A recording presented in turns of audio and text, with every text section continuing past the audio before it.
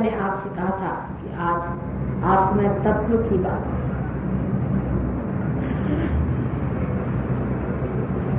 जो हम एक पेड़ की ओर देखें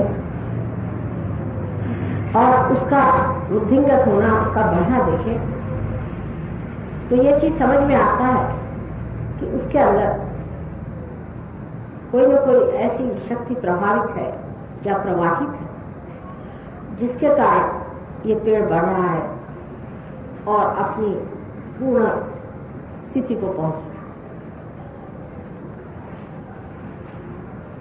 यह शक्ति उसके अंदर है, नहीं तो यह कार्य नहीं। लेकिन यह शक्ति उसने कहां से पाई? इसका तत्व मर्म क्या?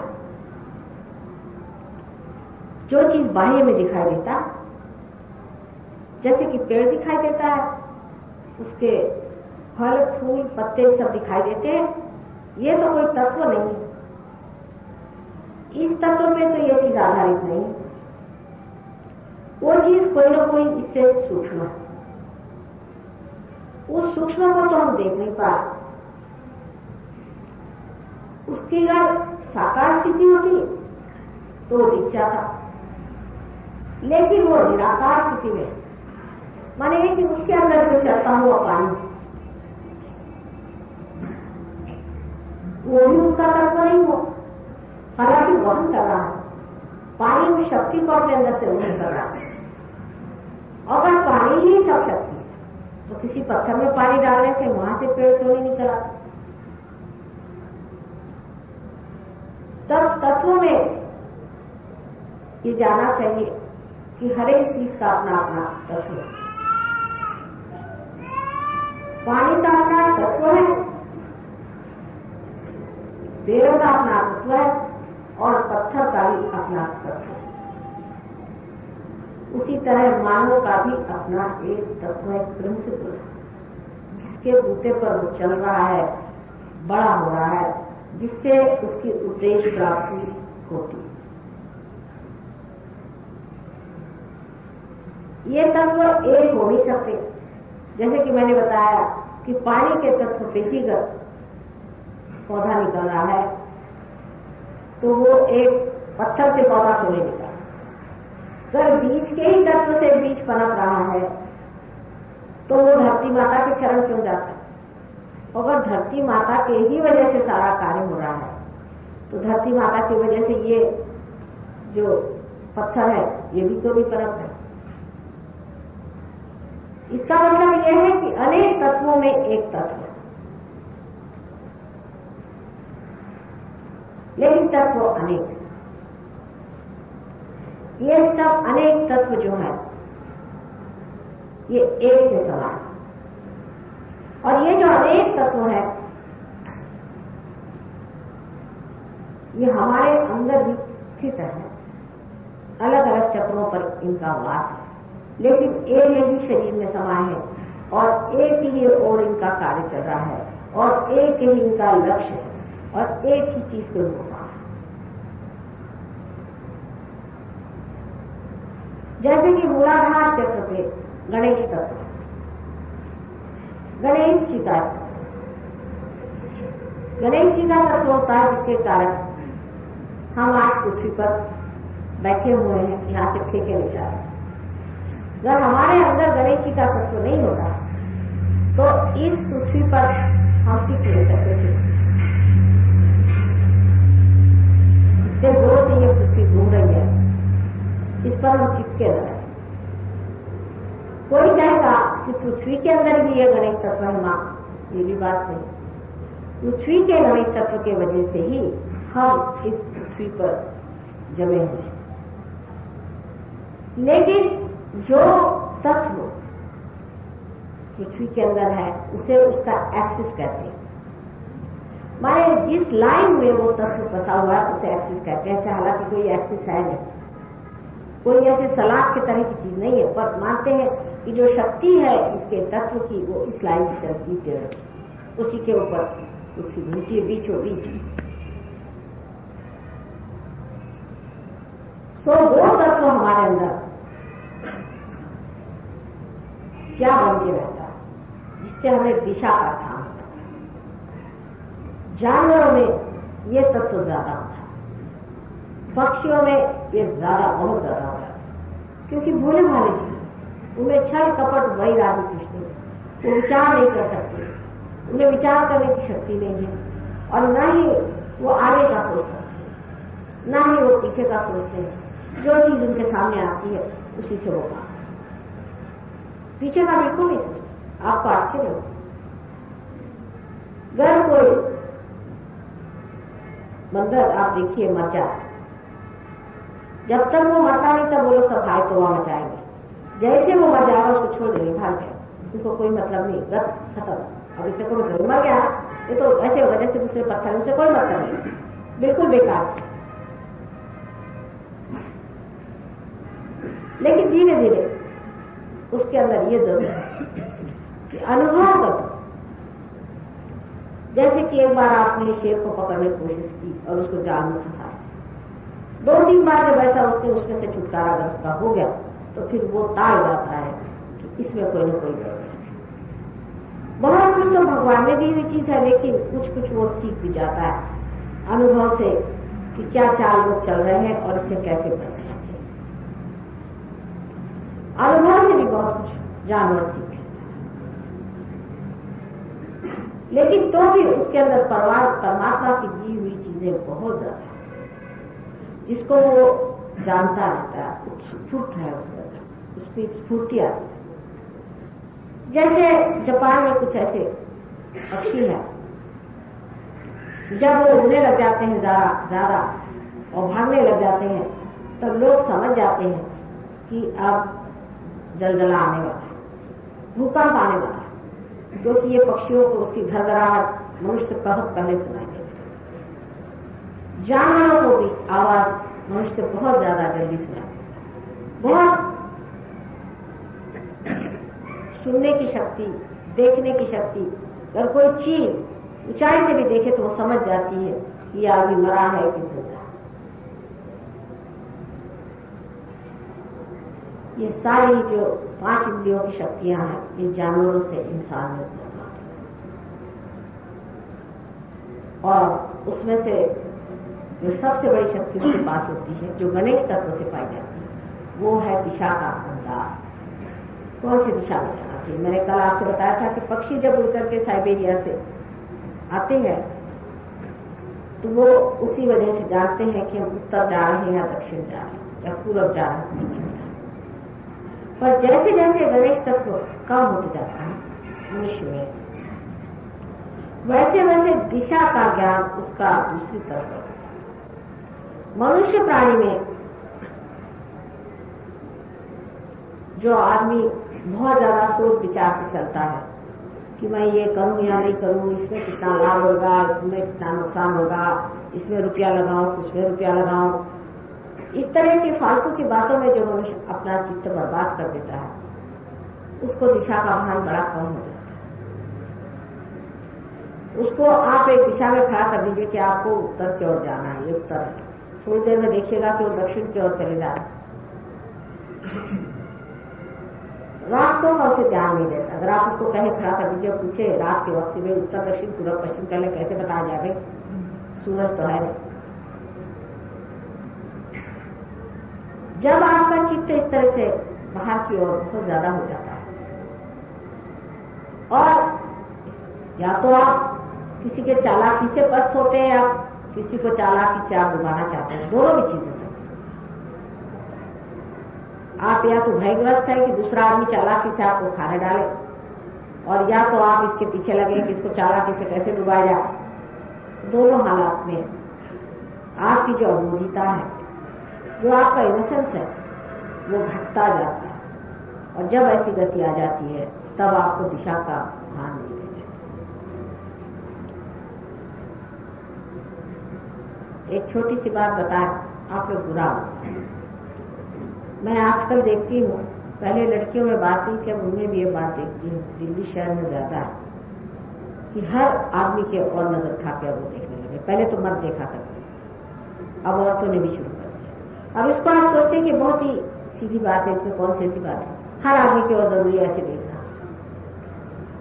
इसे लोग कहेंगे कि इसमें कोई शिष्टाचार की बात ना कहें, नहीं, ये बड़ी गहरी बात है।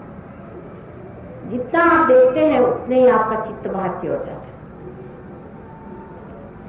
जितनी आपकी दृष्टि बाहर की ओर जाएगी उतना ही आपका मूलाधार चक्र खराब होगा, विशेषकर के इस तरह की चीजों की ओर। या बहुत से लोगों की आदत होती है कि हर रास्ते में जितनी चीज लिखी हुई हर एडवर्टीजमेंट पढ़ना चाहिए, अगर एक दो बच गई तो फिर पीछे मुड़ के देखेंगे हो रहा है। या हर चीज जो बाजार में बिक रही जरूरी उनको हर एक चीज देखनी चाहिए कि ये कौन सी चीज है, कौन सी चीज है, कौन सी चीज।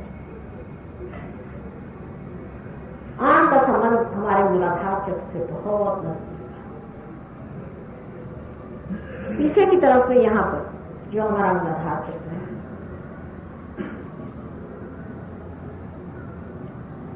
इसका संबंध हमारी आंख से बहुत जबरदस्त है। इसलिए जो लोग अपनी आंखें बहुत इधर उधर चलाते रहते हैं उनको मैं आगाह कर देना चाहती हूँ, उनका मूलाधार चक्र बहुत खराब है और अजीब अजीब तरह की परेशानियां उनको उठानी पड़ती है। सबसे तो बात ये हो जाती है कि ऐसे आदमी का चित्त स्थिर नहीं होता, क्योंकि वो अपनी दिशा भूल गया। इधर उधर भीड़ देखना भी एक दिशा भूल का ही नमूना है। जिस आदमी को अपना दिशा मालूम है वो सीधे चला जाता है।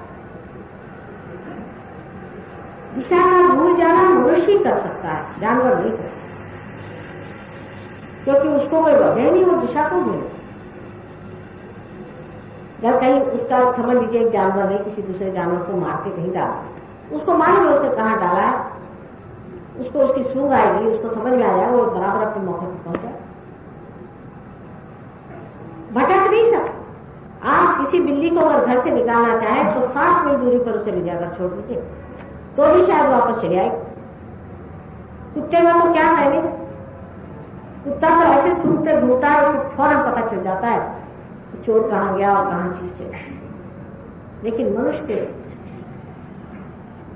अंदर सूंघने की शक्ति भी बड़ी नष्ट होती है। उसको गंदगी की तो बदबू आने लगती है, लेकिन पाप के गंदगी की नहीं।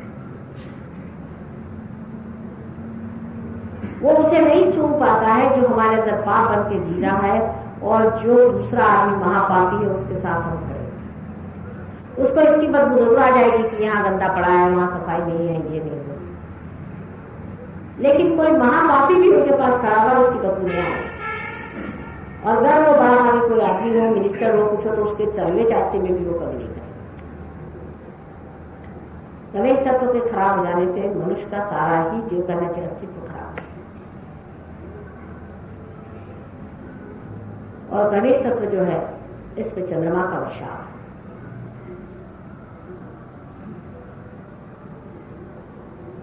चंद्रमा जब बिगड़ जाते हैं तो आप जानते हैं कि लूनासी की बीमारी हो जाती है, आदमी पागल हो जाता है।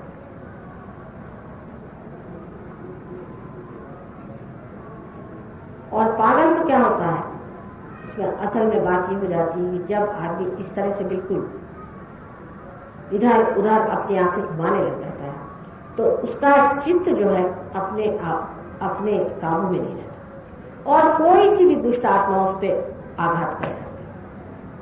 जब विदेश के लोगों को मैंने बताया कि तुम लोग क्या कर रहे हो अपनी आंख के साथ, ईसा मसीह ने साफ शब्दों में कहा कि ये लिखा गया है कि thou shalt not commit adultery, लेकिन I would verily say to you, thou shalt not have adulterous eyes.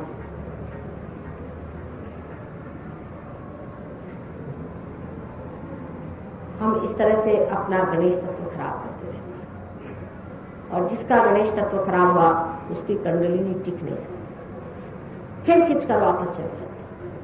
कितनी भी ऊपर उसको लीजिए फिर कुंडली जैसे कोई झिर्री न होती है, इस तरह से गणेश उसे खींच लेते। एक तो ऐसे इंसान की कुंडली उठती नहीं और उठती भी है तो फिर जाके दब जाती। इसलिए अगर समझ लीजिए कोई आदमी चोर हो, चकार हो, चोरी करता हो, तो परमात्मा की नजर में इतनी बड़ी गुनाह विधि नहीं है। गवर्नमेंट की चोरी करता है तो पता नहीं इसमें, जैसा मैंने इनकम टैक्स नहीं दिया, अपना ही इनकम है, अब गवर्नमेंट जितना टैक्स लगाए उसका क्या ठिकाना, उसका तो कोई ठिकाना नहीं। इसमें अब कौन चोर है भगवान जाने, गवर्नमेंट चोर है कि बेचारा जिसका इनकम टैक्स खाया जा रहा है वो चोर है। इसका मतलब ये नहीं कि सहयोगी अपना इनकम टैक्स भरे।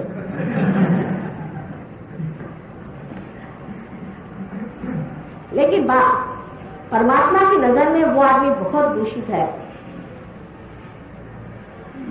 जिसकी नजर स्त्री के ऊपर शुद्ध नहीं, सिवाय अपनी पत्नी छोड़कर, और बाकी सब औरतें शुद्ध स्वरूप से देखना आना चाहिए। लेकिन आजकल लोग इसको मानते नहीं कि ऐसा होता था, लेकिन हमारी उम्र में हम तो अधिकतर लोगों को ऐसा ही देखते थे। अब इस उम्र में जब देखते हैं तो हमारे उम्र के जो लोग बुढ़े लोग हैं वो भी सत्यानाश हो गए। बुढ़ापे में उन्होंने अपने जवानों से ये बातें की, और बुढ़े ज्यादा ही बर्बाद हो गए जवानों से। कुछ समझ में नहीं आता है कि इन लोगों की अकल कब आई। जब जवान थे, जब हम लोग छोटे थे तो कोई मजा नहीं, कभी भी ऐसा सवाल नहीं उठता था। बहुत ही कम, हम तो अकेले चले जाते थे कहीं, पंजाब में भी हम पड़े हुए, पंजाब में मजाल में कोई बदतमीजी कर ले सब लोग खा खाएंगे उस आदमी को।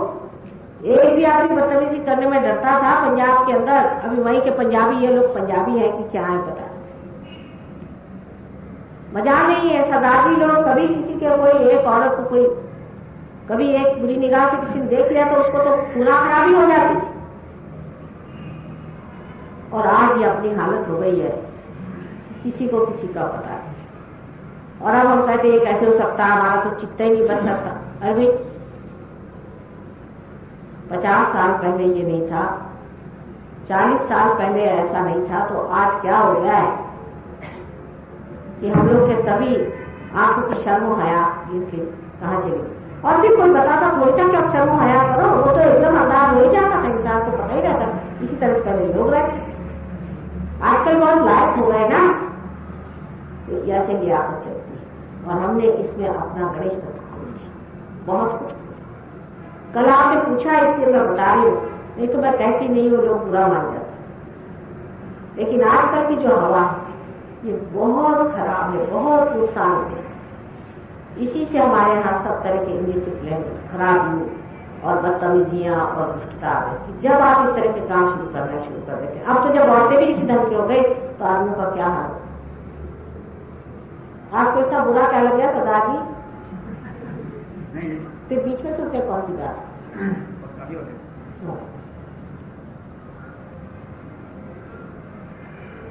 इस तरह आजकल औरतों का भी ढंग है, आदमी तो आदमी, औरतें इस तरह की होने लगे। तो इस तरह के संसार में परमात्मा का राज्य आना मुश्किल है। अब आजकल ऐसे गुरु भी हो रहे जो सिखाते हैं कि ऐसे धंधे गुरु से भगवान मिल जाए तो और भी अच्छा। ऐसे गुरुओं के लाखों से लोग आ जाए, ऐसे गुरुओं के हाथ पड़ते हैं। यहाँ आप इतने बैठे हैं, ऐसे गुरुओं के पास आपके जैसे 10 गुना बैठे। ये बातें किसी को अच्छी थोड़ी लगती है। कहा जाए भाई ठीक है, जैसा कहना करो, आराम से अपने गणेश तत्व को खूब कुचल मारो और गणेश जी को छुछुला। कुंडलिनी तत्व जो है ये कोई साइंस की बात नहीं है, ये तो पवित्रता की बात है। पवित्र आदमी को होलीनेस। लोग मुझे हर होलीनेस तो कहते हैं, लेकिन मैं होलीनेस की बात करती हूँ तो मुझे समझ नहीं आता कि आपका तो कोई गुरु ऐसा नहीं कहता कि आपको पवित्र होना चाहिए। माता जी तो एक अजीब गुरु है, पहले ही शुरू कर देती कि आपको पवित्रता रखनी चाहिए। ये कोई तरीका हुआ? अधिक तो गुरु यही कहते भाई जो करना है करो, इधर तुम्हारा पैसा जमा कर दो ना काम कर लो। पैसा तुमने जमा किया कि नहीं? कुंडलिनी की जागरण जो है ये असलियत है, रियलिटी है, एक्चुअलाइजेशन। इसके लिए मनुष्य को पवित्र होना जरूरी है। अगर आप पवित्र नहीं है तो आपको कुंडलिनी जागरण का कोई अधिकार मिलना नहीं चाहिए। फिर भी माँ का रिश्ता आया है, माँ मानने को तैयार कभी नहीं होती कि मेरा बेटा जो है गिर गया। इसके लिए बड़ा मुश्किल हो जाता है, क्योंकि उसको ही लांछन लगता है। तो सारी अपनी पुण्याई लगा करके कहती कि अच्छा पार तो करा दो। और ये बात जानना चाहिए कि आप बुरा माने चाहे भला माने, अपने जीवन को पार होने के बाद आपको जरूर पवित्र बनाना चाहिए। पवित्रता आप में बहुत जरूरी आनी चाहिए।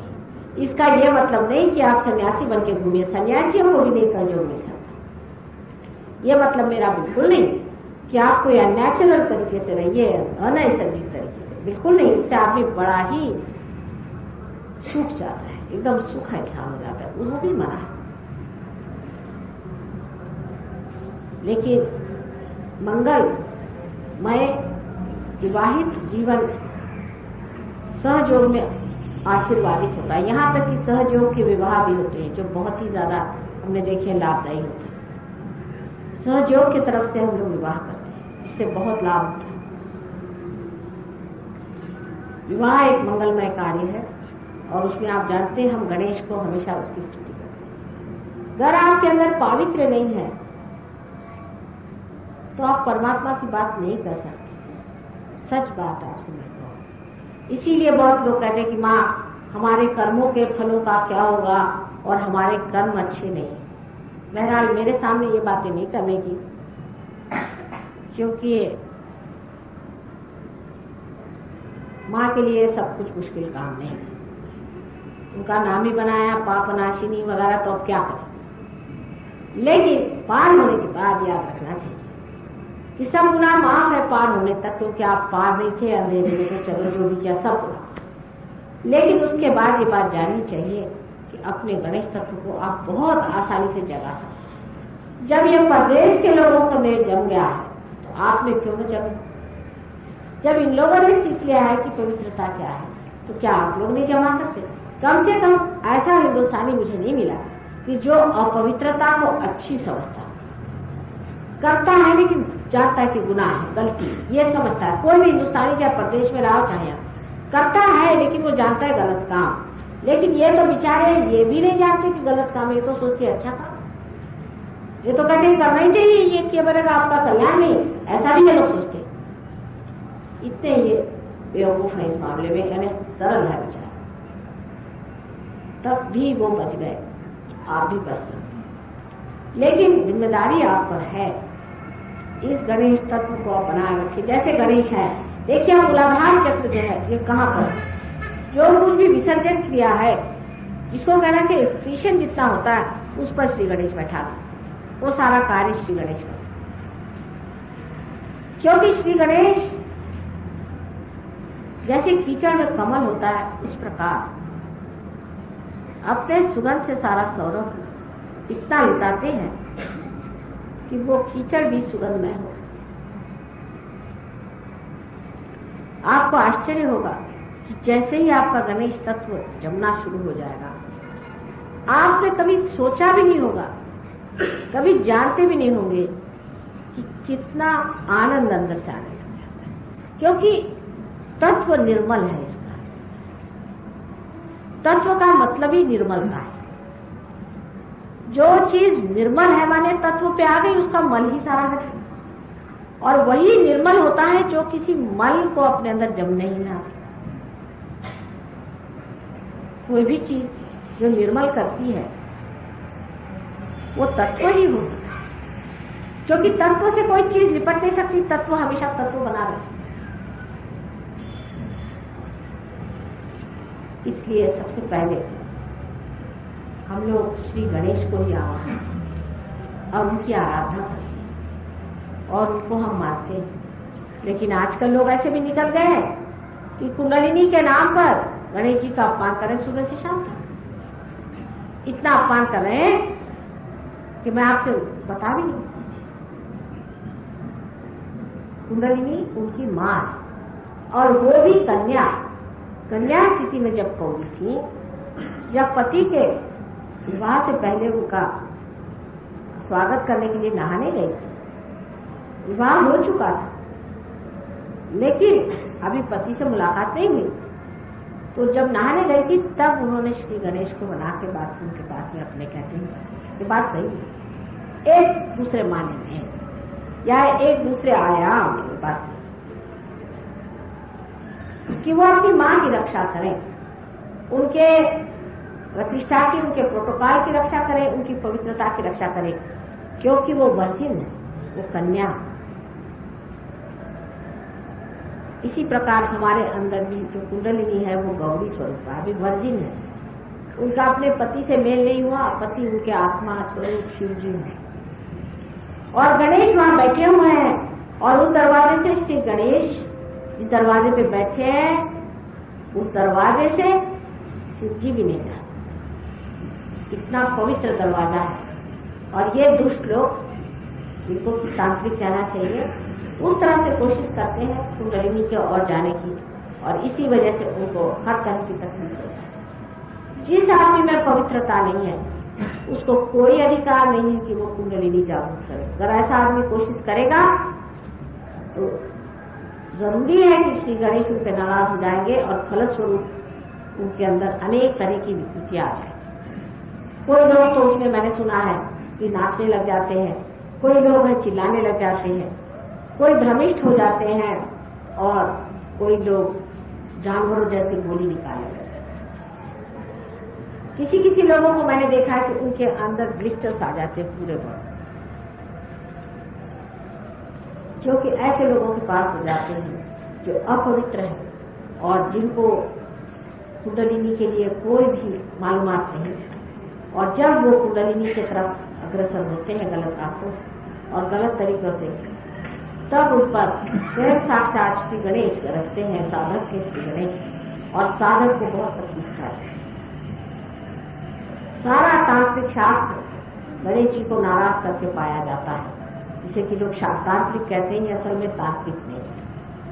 जो वास्तविक निर्मल तंत्र है वो ये है जो सहज योग है, क्योंकि अगर तंत्र माने कुंडलिनी है, यंत्र माने कुंडलिनी है, तो ये शास्त्र सिर्फ सहज योग में ही जाना जाता है। और बाकी जो तांत्रिक है ये परमात्मा के विरोध में है, पापी लोग हैं, दुष्ट लोग हैं, और ये गणेश जी को नाराज करके या देवी जी को नाराज करके उनके सामने व्यभिचार करके ऐसी सृष्टि तैयार करते हैं जहां वो अपने दुष्ट कारनामे कर सकते हैं, जहां प्रेत विद्या, श्मशान विद्या आदि करके लोगों को भरमा सकते हैं।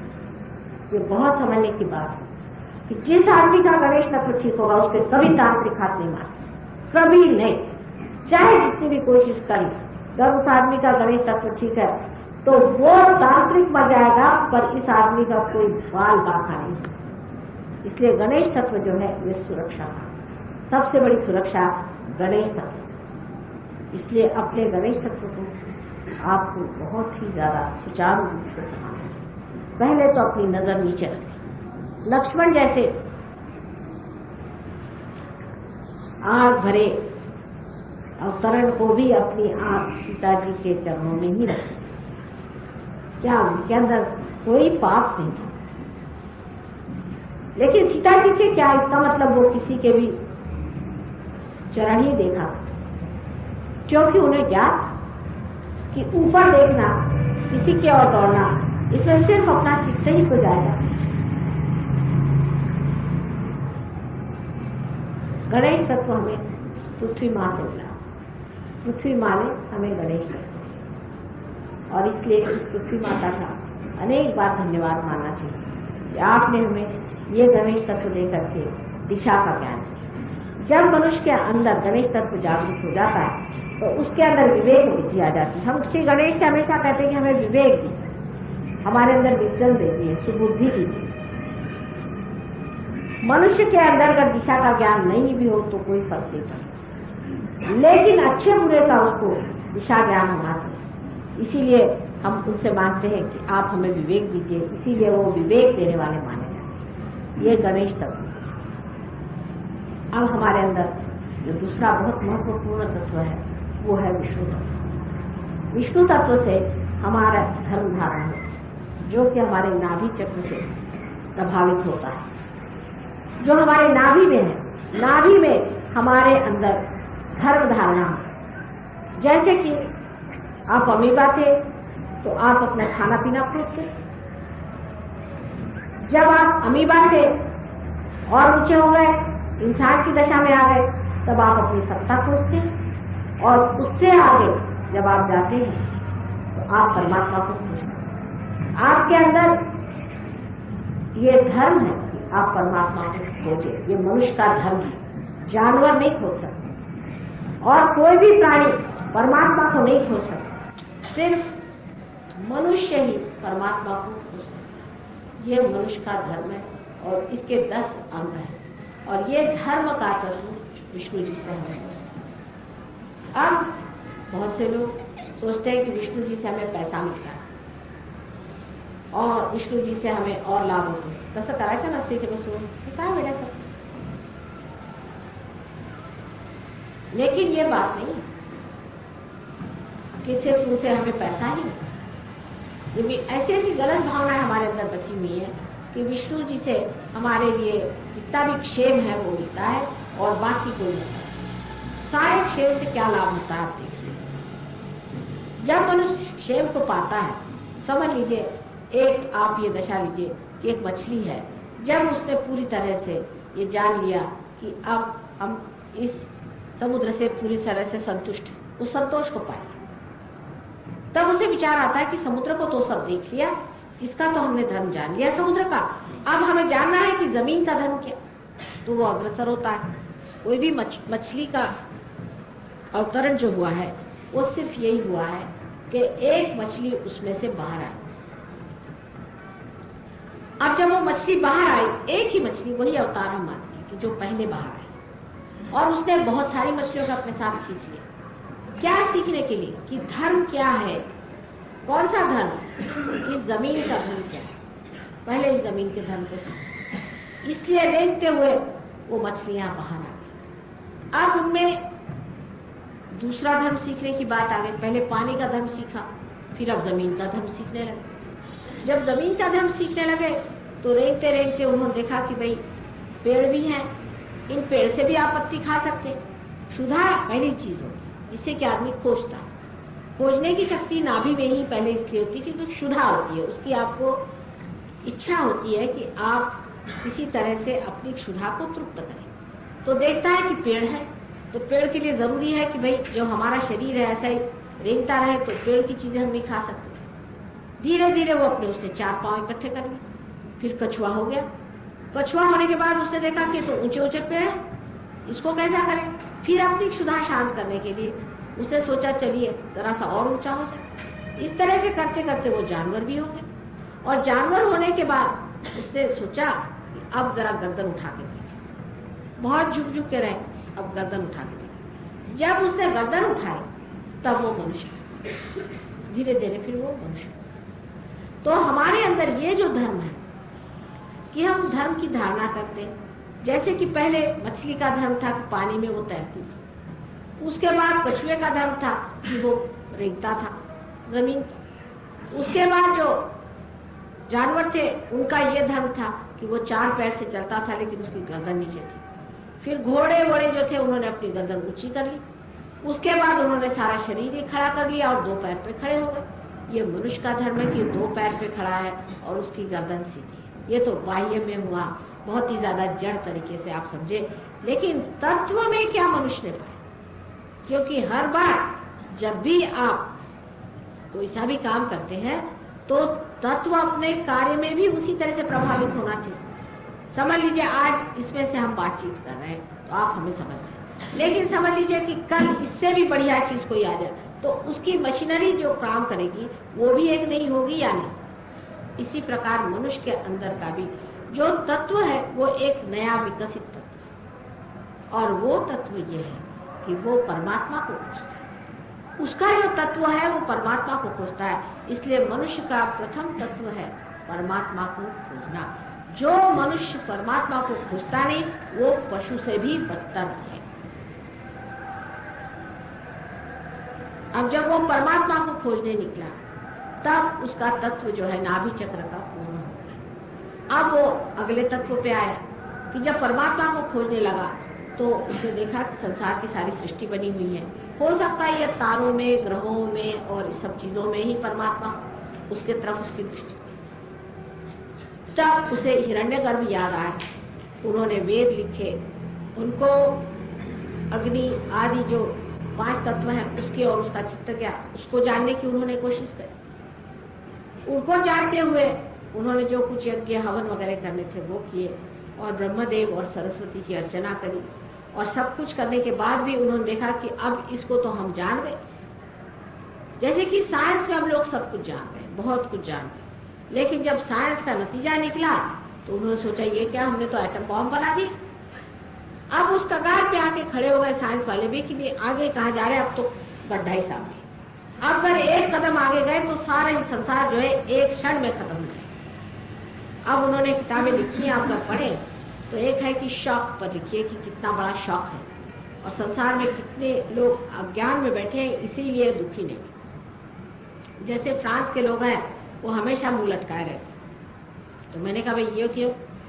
तो कह रहे माँ इन लोगों को अगर कहिए कि आप सुखी और आनंदी है तो सोचेंगे कि आपसे बढ़ के बुद्धू कोई नहीं और आप बिल्कुल ही कुछ दुनिया की बात नहीं जानते।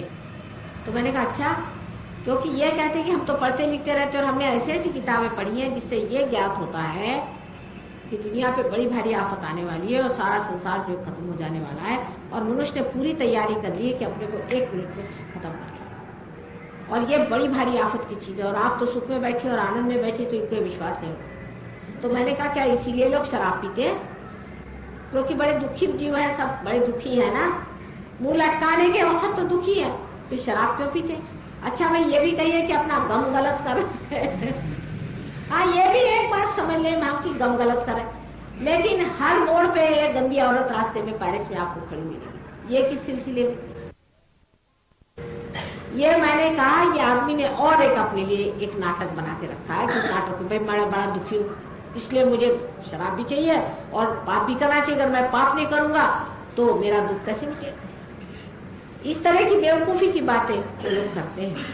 अब कहने का मतलब यह है कि अगर तत्व में परमात्मा को खोजना ही सब बात है तो आप समझ सकते हैं कि साइंस के रास्ते से आपको परमात्मा नहीं मिलेगा। साइंस के रास्ते से आपने जो कुछ पा लिया है, जो कुछ आपने बड़ा भारी ज्ञान पाया है, उससे किसी ने भी आनंद को नहीं पाया। पहली बात हाँ ये जरूर है कि आप आलसी हो गए पहले से ज्यादा, अब आप चल नहीं सकते। इंग्लैंड में किसी को अगर किसी आप दुकान में चली जाइए, अगर किसी को 2, 4 और 6 का ये करके गुणन करके बताइए तो कर नहीं सकते, उनको वो चाहिए कंप्यूटर। हाँ उसके बगैर नहीं, उनका चलता है इसी तरह से। वो अगर खो गया उनकी खोपड़ी गायब है, सोच नहीं सकते। पहले तो अति सोचने की वजह से उनके हाथ बेकार हो गए, कोई भी कशीदाकारी का काम, खाना बनाने का काम, कोई भी काम वो लोग नहीं कर सकते। अब जब उनकी खोपड़ी ज्यादा चलने लग गई तो उसके बाद मशीन बन गई, उस खोपड़ी को उन्होंने मशीन में डाल दी। अब जब मशीन आ गई तो खोपड़ी भी बेकार हो गई, अब सब कुछ उनके लिए मशीन हो गई। मशीन के बगैर वो चल नहीं सकते। अगर वहां बिजली बंद हो जाए तो लोग आत्महत्या कर लें। अपने यहाँ भगवान की कृपा से अच्छा है, अभी भी लोगों को आदत है कि बिजली चली जाती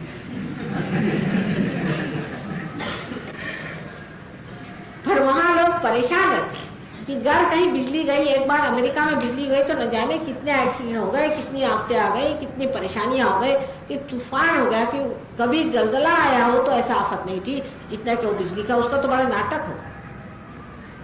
इस कदर इन्होंने अपनी गुलामी कर ली और अब इनको पता हो रहा है कि प्लास्टिक के इतने बड़े बड़े इन्होंने पहाड़ खड़े कर दिए। अब इन प्लास्टिक का क्या करें, इनको नष्ट कैसे करें, अब इसके पीछे में लगे, अब सर पकड़ के बैठे। एक घर में अगर आप जाइए तो आपको न जाने कितनी तरह की प्लास्टिक की चीजें मिलेंगी। अब हिंदुस्तानी लोगों का भी दिमाग खराब हो रहा है, क्योंकि मुझे कहते हैं विलायत से आते वक्त नायलॉन की साड़ी लाओ। अरे भाई यहाँ इतनी बढ़िया कॉटन की साड़ी मिलती है, सिल्क की साड़ी मिलती है, काहे को वो नायलॉन पहनते हो? पर हम लोगों को तो नायलॉन का शौक हो गया, कल हमें प्लास्टिक का शौक हो गया। वहां किसी को बताते किसी को विश्वास नहीं होता कि हम लोग इतने बेवकूफ हैं। वहां पर तो लोग कॉटन को भगवान समझते हैं क्योंकि उनको मिलता ही नहीं। पहले उन्होंने खूब कॉटन के कपड़े बनाए और अब जैसे एक समझ लीजिए कि घर उनके यहाँ शराब लोग पिए, समझ लीजिए किसी घर में है तो 10 तरह के ग्लास होंगे, इसके लिए ये ग्लास, उसके लिए वो ग्लास, उसके लिए वो ग्लास, उसके लिए वो ग्लास। खाना खाने बैठेंगे तो एक के लिए एक चमचा, दूसरे के लिए दूसरा चमचा, तीसरे के लिए तीसरा चमचा, उसके लिए दूसरी प्लेट, उसके लिए चौथी प्लेट। अरे भाई एक थाली लो और इस हाथ से खाओ। 25 तरह के ग्लास और 25 तरह के ये और 25 तरह की तश्तरिया, भगवान बचाए। अब ये हालत आ गई कि उनके जितना भी था वो निकल गया, पृथ्वी माता से सब कुछ तत्व निकाल डाला है। अब खोखले हो गए। अब काहे में खाते? सुबह शाम हर वक्त कागज में खाते। हमारे रिश्तेदार गए थे वहां, बेचारे पुराने आदमी अमेरिका, कहले साहब मैं तो तंग आ गया, रोज पिकनिक करते करते हालत मेरी खराब हुई। जब देखो तब वो अपनी या तो प्लास्टिक की प्लेट और या तो कागज की प्लेट इनके घर में। तो ये हालत इनकी। और हम लोग कहते हैं अफ्लुएंट है, पैसे वाले। अरे भाई इनके पास है क्या सिवाय प्लास्टिक के? और इनके पास क्या है? प्लास्टिक का खाना, प्लास्टिक में रहना और प्लास्टिक में मरना। और इनकी घरों की हालत ये हो गई है कि रहे होटलों में, मरे अस्पतालों में। ये तो एक खाना बदोश हो गए, इनका तो सारा ही कुछ मिट गया। तो तत्वतः इनकी इतनी गलतियां हो गई हैं साइंस वालों की कि किसी भी बात पे मैं बात करूंगी तो आप हंसते हंसते लोटपोट हो जाएगा। मेडिकल साइंस को देख लीजिए, कोई कहेगा कि मेडिकल में इतना हो गया, ये हो गया, वो हो गया। क्या हुआ है? खाक हुआ है, जरा देख लीजिए। अब बता रहे थे अभी कि साहब ये जो आप मंजन करते हैं वहां पर, उनका जो टूथपेस्ट होता है तो उसमें क्लोरोफॉर्म मिला देते हैं। इसकी वजह से, वो क्लोरोफॉर्म मिला देने की वजह से अब कैंसर होने लगा। तो मुझे कोई लोग कह रहे थे कि भाई हिंदुस्तान से मंगा दीजिए हमको नीम टूथपेस्ट वगैरह, उसमें क्लोरोफॉर्म नहीं होता है। मैंने कहा बहुत अच्छा, क्योंकि आप क्लोरोफॉर्म महंगा, हम कहाँ से भेजें? हम तो लगा नहीं सकते क्लोरोफॉर्म उसमें। यहाँ से चीजें जाना शुरू। हाथ में जो वो लोग साबुन लगाते हैं उसमें भी केमिकल्स होते हैं, असल साबुन नहीं होता। हिंदुस्तान का साबुन थोड़े दिन में देख लीजिएगा सारे दुनिया में चला जाएगा। आप लोग अब शेयर वेयर मत लीजिए, लेकिन क्योंकि हिंदुस्तान का साबुन शुद्ध होता है, वो तत्व पे बना हुआ, कोई आर्टिफिशियल पे नहीं। हर एक चीज वहां की, जो मैं तो कभी भी विदेशी चीज को इस्तेमाल नहीं करती, इसीलिए। क्योंकि सब चीज आप देखिए, इनके वो बड़े बड़े सेंट्स होते हैं, तबाक होता है, क्या क्या होता है उसमें, सारा कुछ नहीं तो तंबाकू होते, तंबाकू के बनाए, इसलिए तबाक शब्द है। और क्योंकि वो तंबाकू थोड़ी थोड़ी चढ़ती जाती है, आदमी को नशा आते रहता है, वो तंबाक जो इस्तेमाल करेगा वो तबागी करेगा। और वो सोचता है कि मैं भाई बड़ा एलीट हूँ, मैं तो तंबाक की इस्तेमाल करूँ। अरे वो भाई तंबाकू है, माने जो तंबाकू गुड़ाकू का पानी उससे बनाया हुआ। और अपने यहाँ के इत्र असल होते, असल में होते हैं, इनके यहाँ सारे केमिकल्स होते हैं। उसको इस्तेमाल करने से कोई भी चीज इनके यहाँ है। अब ये कहते हैं कि सर में कोई कोई लोग लगाते हैं ना हिजाब विजाब, तो अपने यहाँ तो लोग पहले अगर होता ही था तो मेहंदी वगैरह लगा लेते थे। और ये लोग जो चीज लगाते उसमें क्या सर में कैंसर हो जाता है। वहाँ इतनी आर्टिफिशियलिटी हो गई कि लोगों के भव्य उड़ गई, किसी के बाल उड़ गए जवानी में, किसी के दाढ़ी नहीं आती, किसी को कुछ नहीं आती। अजीब बुरा हाल है। पता हुआ कि वो कुछ ऐसी चीज इस्तेमाल कर गए कि ये सब उनका होना बंद हो गया।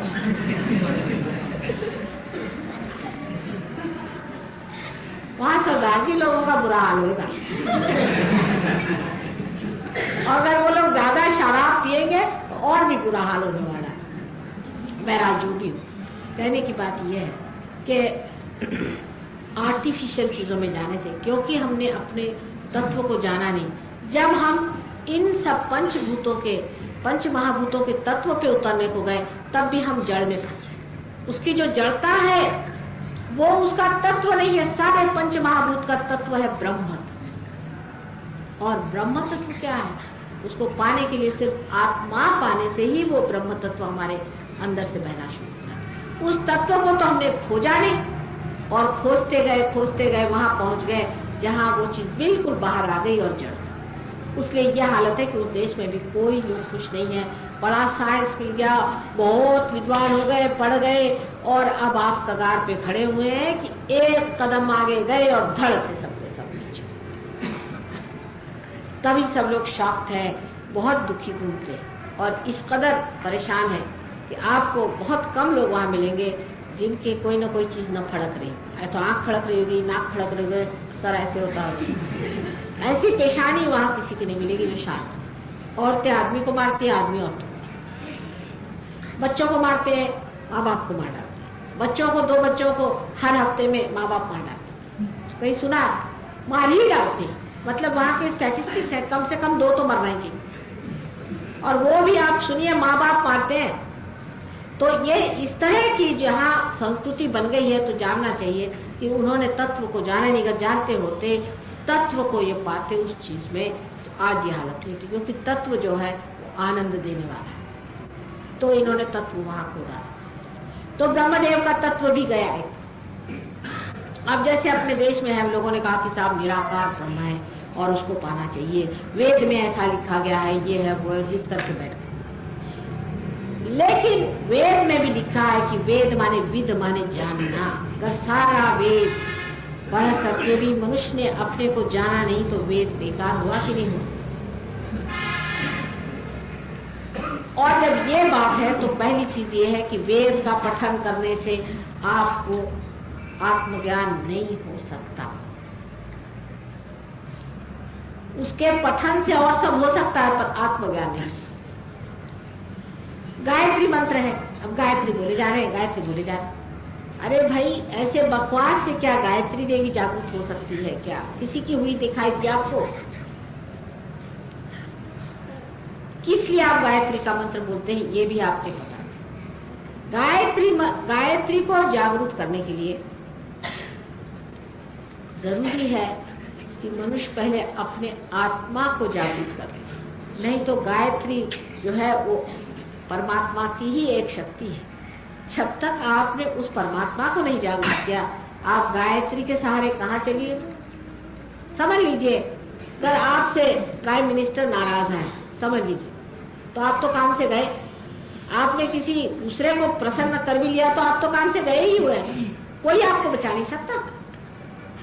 तो जब तक आपने परमात्मा को पाया नहीं, तब तक ये सारी शक्तियां व्यर्थ है, ये इसका साक्षात। और तत्व सिर्फ आत्मा ही, उसी को पाना होता है।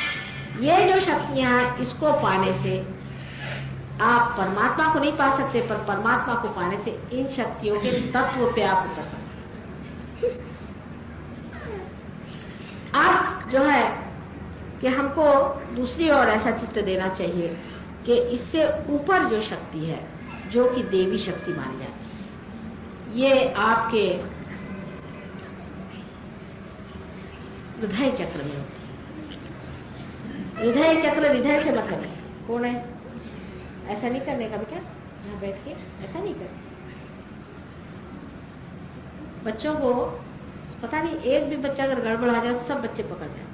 शांति से बैठो, नहीं तो मारेगा, 60 का आप अफसर हा इथे गडबड करतो होती, आता शांतपणे बस, नाही तर मग मागे पाठवतो। ही अगदी तसं करत नाही, अगदी शांत बसलेली। तो अब जो दूसरा तत्व है, मतलब जिसको कि हमें कहना चाहिए हृदय चक्र का जो तत्व है, वो देवी तत्व। अब देवी तत्व क्या है हमारे अंदर, जब ये खराब हो जाता है तो क्या उससे नुकसान होते हैं, इसको आप समझें।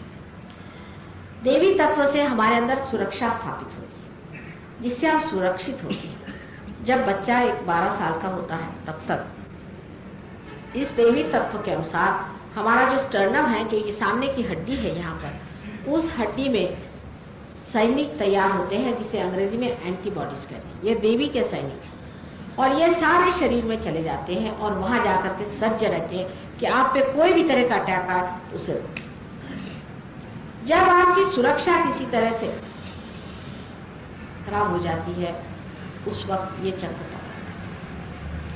अब मैंने अभी जो कुछ दिन पहले बताया था कि स्त्री में विशेषकर सुरक्षा बड़ी जल्दी खत्म हो जाती है। जैसे कि एक स्त्री है, अच्छी है, सद्गुणी है, लेकिन उसकी मनुष्य या पुरुष ने, पति ने उसको सुरक्षा नहीं दी। समझ लीजिए एक औरत है, उसको अपने पति पर शक है, शक ही है, समझ लीजिए कि यह हमारा किस्म का आदमी किसी और औरत के साथ है, उसका ये चक्र पकड़ जाए। इस वक्त आदमी को बजाय इससे उससे नाराज हो, उसका फिर से सुरक्षा चक्र करना चाहिए कि नहीं भाई ऐसी बात नहीं, तुम्हारे सिवा मेरे लिए कोई और स्त्री नहीं। उसके तरीके हैं, उसको सीखना चाहिए किस तरह से औरत को सुरक्षा दें, बजाय इसके कि औरत से बिगड़े। पर लोग नहीं करते, वो तो खुलेआम औरत के सामने, हाँ तुम कौन होती बोलने वाले, तुम हमें टोकने वाली कौन होती है, और तुम बड़ी ये हो, तुम्हें बड़ी शक्की हो, और जाओ तुम अपने बाप के घर। दूसरा सुरक्षा उसका घर। आदमी को अपने हिंदुस्तान में खास कर लगता है कि वो जो चाहे सो ठीक है, वो कभी पाप ही नहीं करता। सारा जो कुछ भी चैस्टिटी है वो औरतों का ठेका है, आदमी को कोई जरूरत नहीं चैस्टिटी की। ऐसा अपने यहाँ ऐसा लोगों का विचार है। फिर उसका इलाज जो है वो कायदे से हो जाते हैं। जैसे इंग्लैंड में आप जाइए तो सब आदमी हमाल होगा, बिल्कुल हमाल है। सुबह से शाम गधे जैसे काम करते हैं, और घर पे आए बीबी ने अगर उनको डिवोर्स कर दिया किसी भी वजह से तो उनका घर बिक जाता है, आधी प्रॉपर्टी बीबी की और आधी उनकी। एक आदमी ने 3 बार ऐसा किया, उसके साथ हुआ, तो वो तो एकदम रास्ते पे पड़ गया। वो शराब पी पी के मर जाएगा, और बीबी जो है उसके पास खूब पैसा हो जाएगा। उसने 3 शादियां कर ली, हो गए। फिर जब बाह्य से, तत्व से नहीं, बाह्य से उसका इलाज होता तो ऐसा होता कि वहां के आदमी जो है, आपको विश्वास नहीं होगा कि वहां के आदमी जो है बेचारे, वो हर समय औरतों के पीछे दौड़ा, और वो उनके ऊपर हुक्म जमाती है कि बर्तन साफ नहीं किया आपने, ऐसे बर्तन साफ किए जाते हैं, चलो झाड़ू लगाओ। और तुमको झाड़ू लगाना नहीं आता, किस तरह से झाड़ू लगा रहे हो? कभी तुम्हारी माँ ने तुमको सिखाया नहीं झाड़ू लगाना? और इस तरह से आदमी हर समय वहां झाड़ू लगाते रहता है।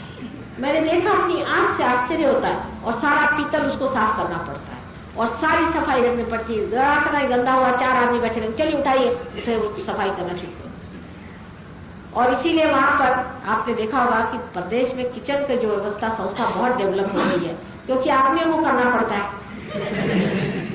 यहाँ पे चक्की चूल्हे में अगर बैठे तो पता चले, अगर अपने आदमी लोगों को कोई भी काम करना है, कोई भी काम, आदमी हो गए बल्कि क्या जरूरत, कोई भी घर का काम करना, कोई भी चीज ठीक से करना, इससे उनको कोई मतलब नहीं। जैसे कि हमने देखा है कि जब वो विलायत जाते हैं तो उनके छत के पंजे छूट जाते हैं। आदमी खाना बनाना उनको आता नहीं, बर्तन धोना उनको आता नहीं, झाड़ू हाथ में लेना उनको आता नहीं, कोई काम करना नहीं। और वहां तो नौकर कुछ होते नहीं। जब जाते हैं स्टूडेंट्स खास करके, उनकी हालत खराब, कहले माँ की बड़ी याद आ गई है। क्यों? क्योंकि माँ हमारे अब हमें खाने को नहीं अच्छा मिलता। मैंने कहा तुम क्यों नहीं बनाते? बोले हमको तो कुछ आता ही नहीं, आदमी हो गए तो निठल्लू, फिर उसको कोई मतलब। मैं भी एक बड़े भारी सेक्रेटरी साहब है, एजुकेशन के सेक्रेटरी थे, उनसे बात करी, मुझे उनकी बातें सुनकर बड़ा आश्चर्य हुआ। उन्होंने कहा कि 10 साल के अंदर इस हिंदुस्तान में सिर्फ औरतें नजर आएंगे, आदमी सब झाड़ू लगाएंगे। मैंने कहा क्यों?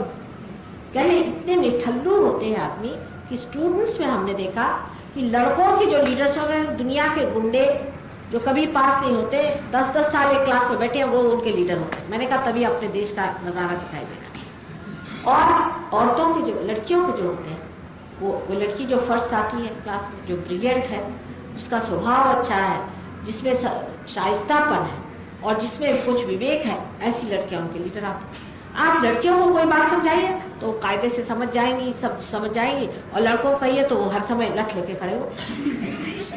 और वो लीडर ही ऐसे गुंडे होते हैं, इतने शैतान होते हैं, उनसे आप बात। और लड़कों का ये है कि साहब लड़कियों को तो सुबह शाम ट्रेनिंग, ससुराल जाने का, तुमको ससुराल जाने का, और लड़कों को ट्रेनिंग है कि ससुराल जाओगे तो कम से कम एक मोटर लेके आना।